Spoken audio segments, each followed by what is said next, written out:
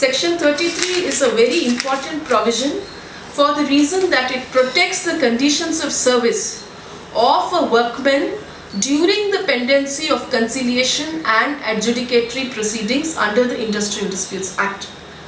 Section 33(1), the first part of Section 33 says, no employer shall, in regard to any matter connected with the dispute, alter to the prejudice of the workmen concerned in the dispute the conditions of service applicable to them immediately before the commencement of such proceeding, without the express permission in writing of the authority before which the proceeding is pending.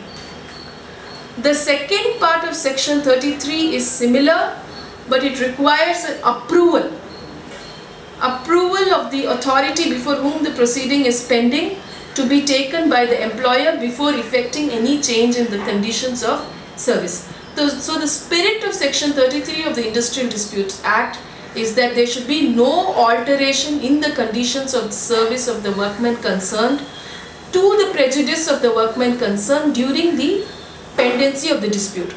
Basically, it requires the status quo to be maintained when a workman raises a dispute. So this is intended to protect the conditions of service of a workman during the pendency of the dispute. So therefore, once a workman raises a dispute under the Industrial Disputes Act, the employer ought not to do anything without seeking either the permission or the approval of the conciliation officer or the labour court or the industrial tribunal as the Industrial Disputes Act.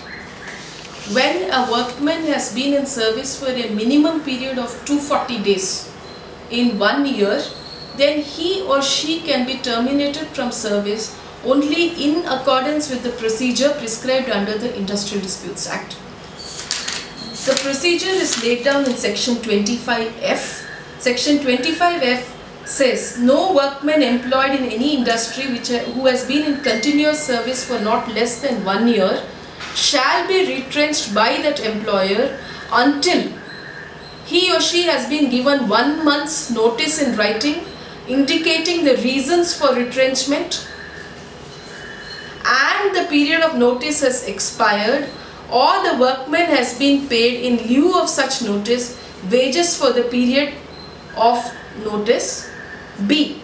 The workman has been paid at the time of retrenchment compensation which shall be equivalent to 15 days average pay for every completed year of continuous service or any part thereof in excess of 6 months. Basically, what Section 25F means is, prior to the termination of any employee, the workman should be given 1 month's notice or wages in lieu of the notice. The notice should contain reasons for the termination, and they should be paid retrenchment compensation at the rate of 15 days wages for every completed year of service. This is the right of every workman protected by the Industrial Disputes Act, and if any termination or retrenchment is effected in violation of these conditions, it will not be valid. Chapter 5B of the Industrial Disputes Act applies to industries where more than 100 workmen are employed. In the case of industries where more than 100 workmen are employed, prior governmental permission is also a must before effecting any retrenchment.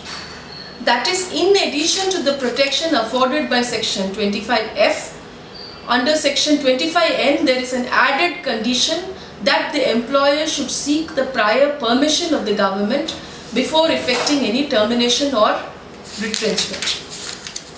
Section 25G is again important.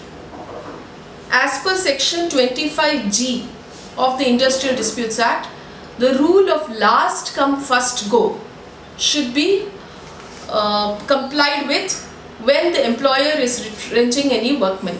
Last come first go means the person who is last should be employed in a particular category, he or she should be the first to go.